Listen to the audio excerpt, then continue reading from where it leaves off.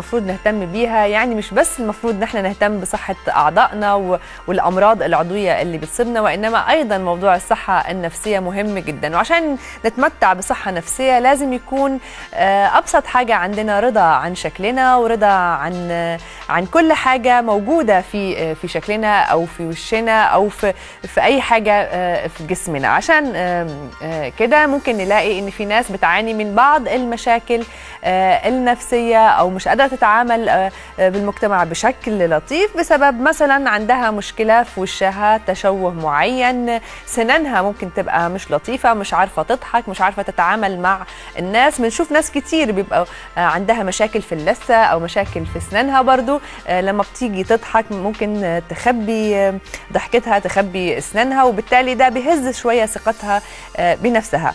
مع تطور العلم، مع تطور طب الأسنان، الموضوع ده بقى أسهل ما يمكن إنه يتحل. أي حد فينا بقى سهل إنه يحصل على ابتسامة جميلة بفترة زمنية قليلة، من غير وجع، من غير أي آلام. وحتى إبرة البنج اللي كلنا بنخاف منها وعارفينها ما بقتش موجودة، بقى في طرق حديثة كتير جدا عشان نعالج كل آلام الأسنان وأمراض اللثة، وبالتالي يكون عندنا مش بس أسنان قوية وإنما أيضا أسنان حلوة. والحقيقة دي أحلى حاجة في التطورات اللي حصلت في طب الأسنان، إن مش بس إحنا بنعالج الأمراض وإنما أيضا قادرين إن إحنا نحصل على أسنان وابتسامة جميلة.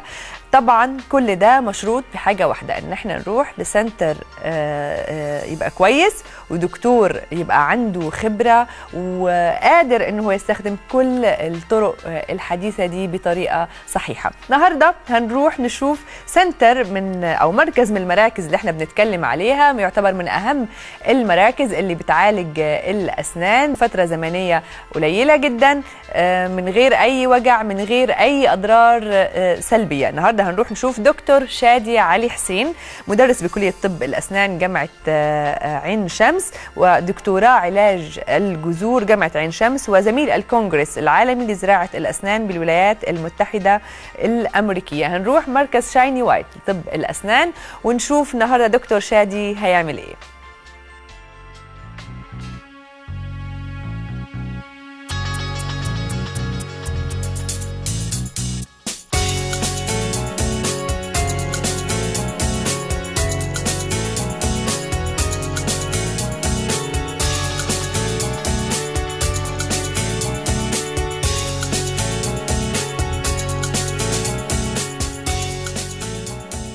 النهارده من شايني وايت احنا معاكم عايزين نعمل حاجه مختلفه خالص.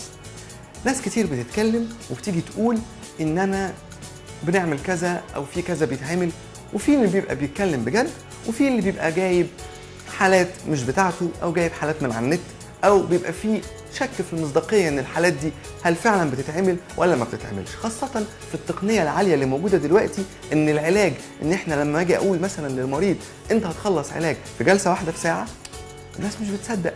ايه ده؟ هل انت معقوله كده؟ عملنا فكره مجنونه. الفكره دي ان انا اجيب الحالات دي قدام الكاميرا، اخليها تحكي مشكلتها قدام الكاميرا، اعالجها قدام الكاميرا، وتحكي هي حصل معاها ايه بعد ما خلص الكاميرا. فده علشان خاطر نوري بجد ايه اللي بيحصل، نوري تأثير الخبرة والتكنولوجيا على طب الأسنان وعلى حياة الناس وازاي بتغير حياتهم. تعالوا نشوف الكلام ده مع بعض.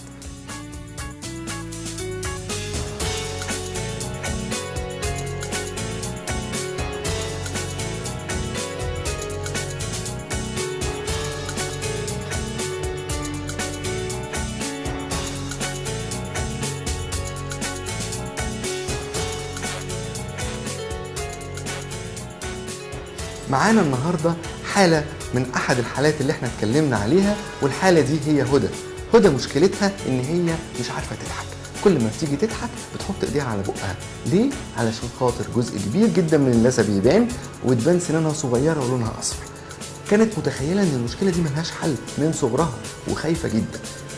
ازاي قدرنا نحل لهدى الحل ده، وازاي قدرنا ان احنا نعالج لها المشكله دي في اسنانها؟ عن طريق ان احنا نجمل اللثه بالليزر، عن طريق ان احنا نحط قشره تجميليه نخلي السنان شكلها اكبر، بتلمع وبيضه على طول. ده اللي هنشوفه النهارده مع هدى.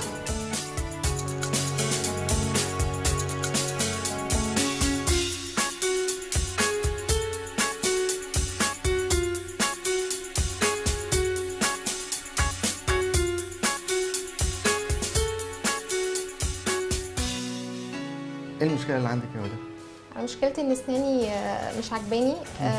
اللون بيبقى اصفر، حجم السنه صغير، غير ان انا لما بضحك جزء من اللثه بيبان. جزء كبير من اللثه بيبان. تمام. طيب بصي يا هدى، انا دلوقتي اللي احنا بنعمله دلوقتي ان احنا بنقدر ان احنا بالنسبه للجزء بتاع اللثه اللي بيبان ده بنقدر ان احنا نلعب شويه بالليزر. اقدر اشيل جزء من اللثه بالليزر. تمام. بنحط حاجه اسمها قشره تجميليه على السنان دي، بحيث ان احنا نغير من شكلها، نكبرها شويه، نطولها شويه، نفتحها شويه. طبعا القشره التجميليه دي بتبقى حاجه من الحاجات الحلول اللطيفه اللي هي لحالتك. ولو لقينا في جزء تاني باين من اللثه ممكن نقوم حاقنين بوتوكس في الشفه هنا، بحيث ان اللثه تنزل، الشفه تنزل شويه تغطي الجزء اللي فاضل من اللثه. طب ده ملوش اثر فيما بعد؟ ممكن بعد كده يبقى ليه اثار جانبيه ولا امان وكده؟ كان زمان كانوا بيبردوا السنان ويعملوا الحاجات دي طرابيش والكلام ده كله. انا فعلا رحت لكذا دكتور وكده عشان خاطر يعمل لي الموضوع ده، بس في ناس كتير جدا حذرتني منه وكده، وقالت ان هما بيبردوا كتير جدا من السنه وبيخلي حجم السنه صغير. انا اصلا مشكلتي ان حجم السنه صغيره. تمام. ما احنا بقى هنعمل ايه؟ احنا اولا هنطول السنان بالليزر. تمام. دي نمره واحد، وده ملوش اي اثار جانبيه. الليزر حتى ما بيعملش نزيف ولا اي حاجه، وما بيعملش التهابات في اللثه. تمام. دلوقتي احسن من زمان بالمشرط او بالكوتري اللي هو الكوي ده. بعد كده هنقوم حاطين القشره التجميليه دي. القشره التجميليه دي التحضير بتاعها بنعمله بالميكروسكوب، فبتبقى حاجه زي ورقه السيجاره قليله جدا، بنشيلها من السنان وبعد كده بنحطها بالكمبيوتر. فهتبقى يعني هنحافظ على السنان، وكمان القشره التجميليه دي بتبقى مضمونه من المركز لمده 15 سنه. ف 15 سنه لو حصل فيها اي حاجه هي بتتصلح، بس هي احنا عمرنا ما هنضمنها لو هي ما كانتش كويسه. فاهمه قصدي؟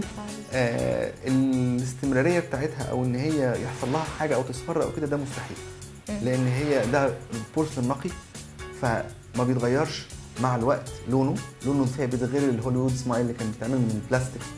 فلا، دي حاجه بورسلين نقي لونه ثابت ما بيتغيرش مهما شربتي قهوه، سجاير، اي مشروبات ملونه. مضمونين 15 سنه ان هم ماسكين في السنان، هم وسنانك حته واحده مش هيجرى لهم حاجه.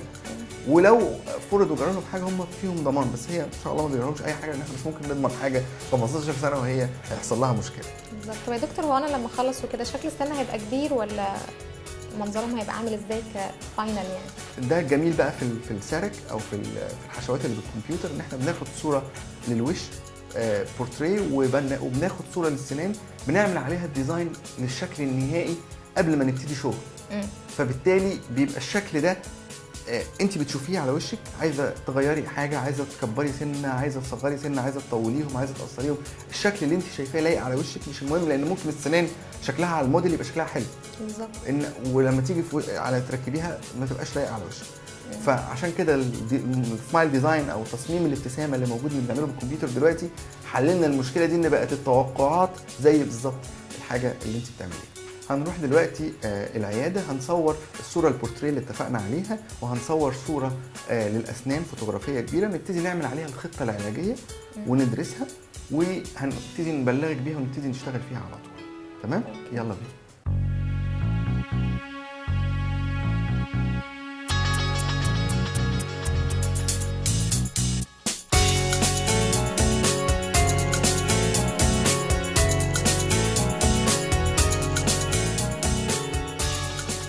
معانا حالة هدى. حالة هدى الحقيقة بتشمل حاجتين. الحاجة الأولانية هي تجميل للثة، إن إحنا هنعمل تجميل للثة اللي بتظهر، الجزء الكبير اللي بيظهر في الضحكة ده بالليزر. الحاجة التانية إن إحنا هنعمل تحضير للأسنان بالميكروسكوب، حاجة صغيرة جدا من السنة، رفع ورقة السيجارة بالميكروسكوب علشان تستقبل بعد كده قشرة تجميلية. لو جينا بصينا على حالة هدى هبص الاقي ان انا عندي الجزء ده كله من اللثه ظاهر، حوالي 3 مللي من اللثه ظاهر وهي بتضحك. فانا اللي احنا هنعمله ان انا هحتاج ان انا هشيل بالليزر حوالي 2-3 مللي مع الاحتفاظ بالشكل بتاع اللثه الطبيعي. طبعا ده هيبقى من غير نزيف، من غير جراحه والكلام ده كله، مع ان انا هحتاج ان انا شكل الاسنان، الصفار اللي في الاسنان ده هحتاج ان انا اشيل ال 2 مللي برضو من السنه، من ماده السنه، طبقه تخانتها 2 مللي بالميكروسكوب، علشان خاطر اقدر بعد كده احط قشره تجميليه، وكده تبقى جاهزه انها تروح معانا للدكتور محمد اللي مسؤول عن تركيبات الكمبيوتر، يقول لنا كده هيقدر نعمل فيها ايه. هو بعد ما دكتور شادي هيبتدي يقطع في اللثه عشان يطول السنه، هنحتاج ان احنا نعرض السنان شويه عشان يبقى شكلها في تناسق ما بين الطول والعرض، وفي نفس الوقت ان انا اقدر اقفل المسافات اللي موجوده ما بين السنان. طب وايه رايك يا دكتور محمد نفتح اللون شويه؟ ممكن نفتح اللون شويه بحيث ان هو برضو يبقى في تناسق ما بين الفك العلوي والفك السفلي، ونحافظ برضو على درجه الشفافيه اللي موجوده في السنان. بحيث ان لونها برضو تبقى لما نفتح لونها شويه هتبقى شايني قوي مع الحجم الكبير ده، هتبقى شفافه وبيضه جميله طبيعي. وشكلها طبيعي جدا. خلاص نشوف كده هنقدر نعمل ايه.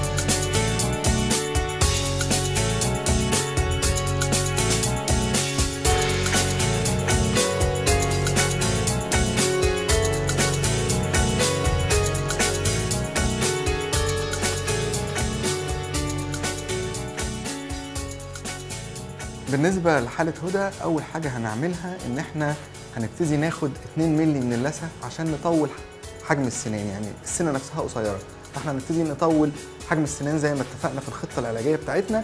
فإحنا دلوقتي هنبتدي بالليزر، إن إحنا نحط الليزر نشيل بالجزء اللي إحنا عايزين نشيله من اللثة. وطبعا ميزته إن هو مفيش نزيف خالص. كان زمان لما بنشيل بالمشرط أو الكلام ده كله كان بتاخد اللثة وقت كبير جدا عشان خاطر تبتدي إن هي تلتئم، وفي نفس الوقت كان بيبقى في نزيف واحنا شغالين.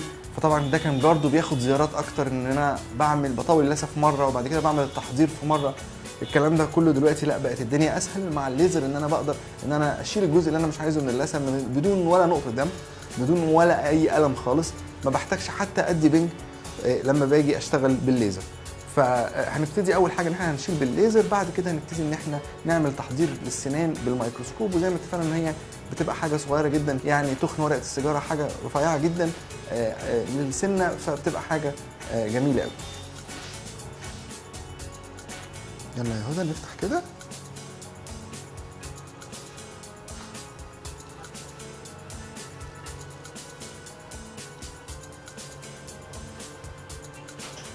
وطبعا الليزر لازم بيبقى ليه مقاييس معينه، ان احنا لما بنيجي نقطع لازم يبقى المريض لابس نظاره معينه والطبيب والمساعد لابس نظاره معينه.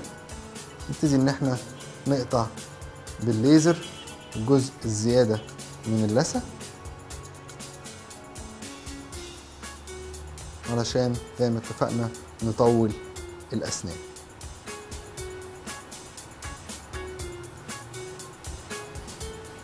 بعد كده هنبتدي ان احنا نعمل التحضير بتاع الاسنان. وطبعا ما عنديش اي نزيف خالص في اللثه، والموضوع بيبقى سهل جدا وسريع جدا وبمنتهى السهوله، ما عنديش مشاكل خالص، مفيش نزيف، مفيش اي حاجه. نبتدي بعد كده ان احنا نعمل التحضير بتاع الاسنان.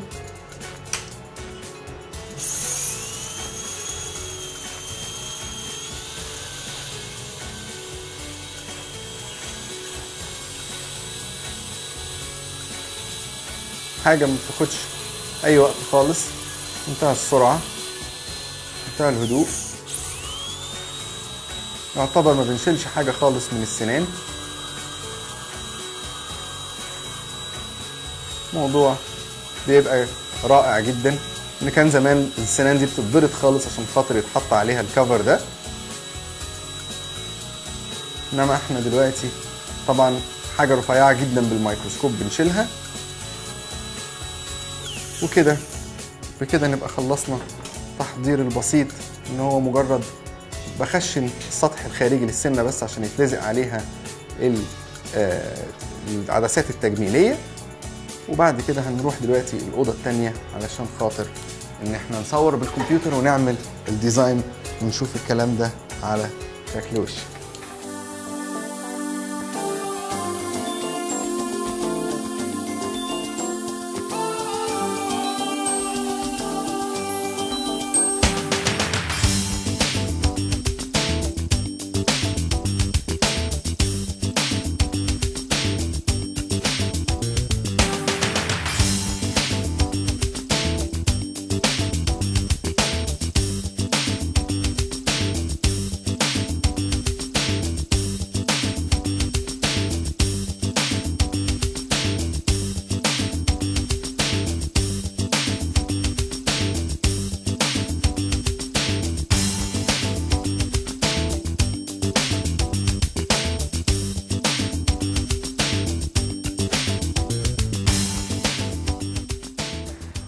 دلوقتي احنا بنبتدي نصور الفك العلوي.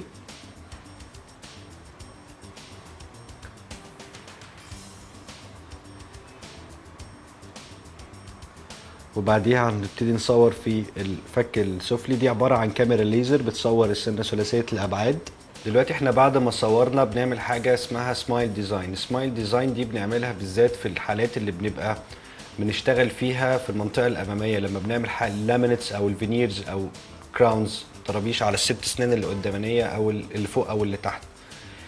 السمايل ديزاين دي عباره عن ان السوفت وير ابتدى يسهل لي عمليه ان انا اقدر اشوف شكل العيان بعد ما احط له الريستوريشن قبل حتى ما ابتدي اشتغل معاه. يعني العيان بيجي لي باخد له بصور الفك العلوي بتاعه والفك السفلي من غير حتى ما اقرب لاسنانه، باخد صوره ليه قبل ما اشتغل وبحطها على السوفت وير وابتدي ان انا احطها واظبط فيها شويه حاجات بحيث ان انا اشوف الفاينل ريزلت او النتيجه النهائيه قبل حتى ما ابتدي اشتغل في بقه.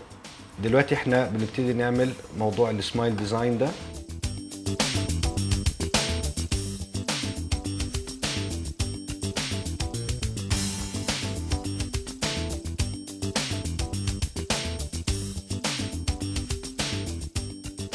ابتدى شكل السنان يبان لي دلوقتي، بحاول ان انا اظبطها على الوش بتاعها عشان تبقى كل حاجة عندي مظبوطة.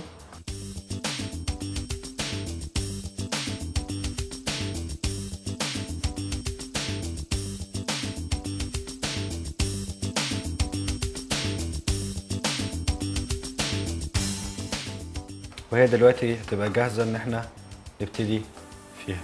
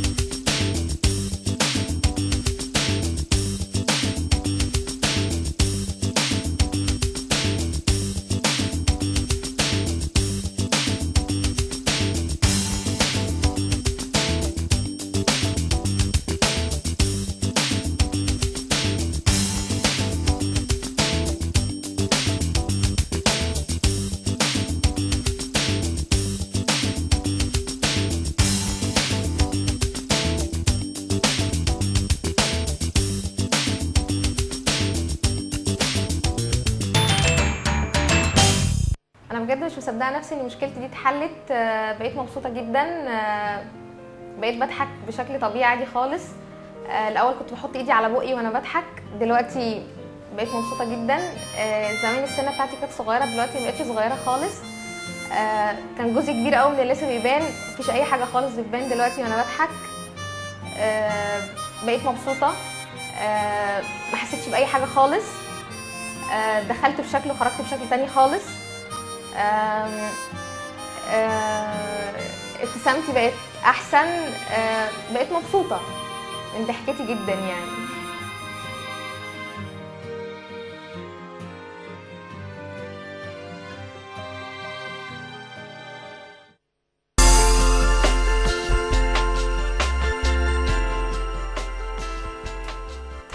زي ما شفنا الموضوع بسيط وظريف وجميل جدا. يعني قد ايه في ناس مننا بتعاني من موضوع الابتسامه ده بالتحديد، مش ما عندهاش الثقه انها تضحك، ما عندهاش الثقه انها تتكلم حتى، او انها يعني تتواصل اجتماعيا مع الاشخاص، سواء في محيط الشغل، في محيط الصحاب، بيبقوا شويه منطويين. ولو رجعنا للسبب هنلاقي السبب ممكن يكون مشكله زي مشكله الاسنان، ان احنا ما عندناش ثقه بنفسنا ان احنا نضحك.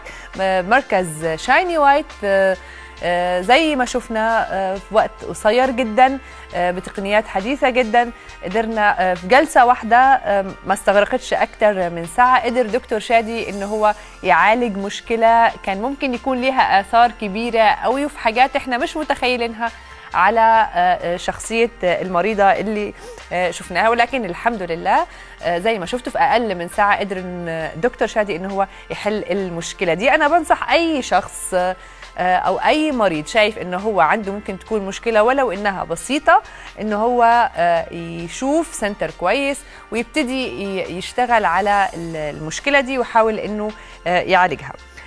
لسه في عندنا فقرات وعندنا مواضيع وعندنا مشاكل كتير حابين ان احنا نناقشها معاكم ومع اطباء متميزين زي ما عودناكم في دريم كلينيك. وفقرتنا اللي بعد كده هتكون فقرة مميزة جدا، خلوكم معانا وانتظرونا في دريم كلينيك.